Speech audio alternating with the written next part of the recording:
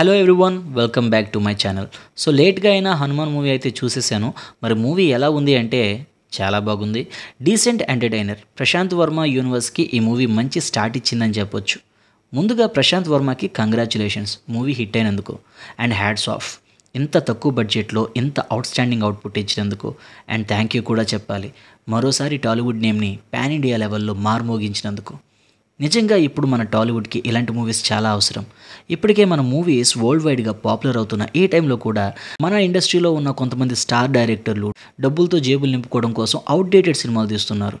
ఒక మంచి స్క్రిప్ట్తో pan India రేంజ్లో కాన్సెప్ట్ చేయగలిగే సత్తా ఉండి కూడా చేయట్లేదు.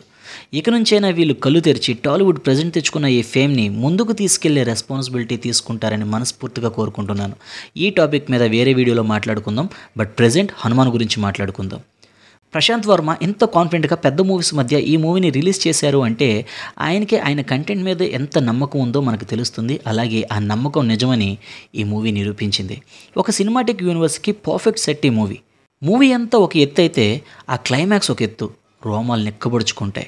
మన ఇతిహాసాల్లో ఉన్న క్యారెక్టర్స్ని బేస్ చేసుకొని ప్రశాంత్ వర్మ ఒక గట్టి ప్లానే వేశారు. నాకు ఒక ఆలోచన ఉండేది. మన మైథాలజీలో ఉన్న క్యారెక్టర్స్ని బేస్ చేసి అసురులు మళ్ళీ పుట్టి ఈ భూమిని నాశనం చేస్తుంటే మన దేవుళ్ళందరూ కూడా మళ్ళీ భూమి మీద అడుగుపెట్టి వాళ్ళని ఎదుర్కొంటే ఎలా ఉంటుంది, ఇలాంటి కాన్సెప్ట్తో ఒక సినిమాటిక్ యూనివర్స్ని క్రియేట్ చేస్తే ఎలా ఉంటుంది అనిపించేది నాకు. నా మనసులో ఉన్న ఈ ఆలోచన ప్రశాంత్ వర్మకి కూడా వచ్చినట్టుంది. అండ్ ఈ కాన్సెప్ట్ చూడగానే నాలో ఉన్న ఆలోచనకి ప్రాణం పోసినట్టు అనిపించింది. అండ్ ప్రశాంత్ వర్మ గారి next project Adhira. Hanuman movie result చూశాక అధిరాకి కొంచెం బడ్జెట్ ఎక్కువగా ఇస్తే ప్రశాంత్ వర్మ వండర్స్ క్రియేట్ చేసి పెట్టేస్తాడు. కమింగ్ టు తేజ సజ్జా, ఆయన పర్ఫార్మెన్స్ హానెస్ట్లీ చెప్పాలంటే ఈ మూవీ అనౌన్స్మెంట్ అప్పుడే ఈ సూపర్ హీరో మూవీకి తేజ సజ్జా కట్అవుట్ చాలదేమో అనుకున్నా.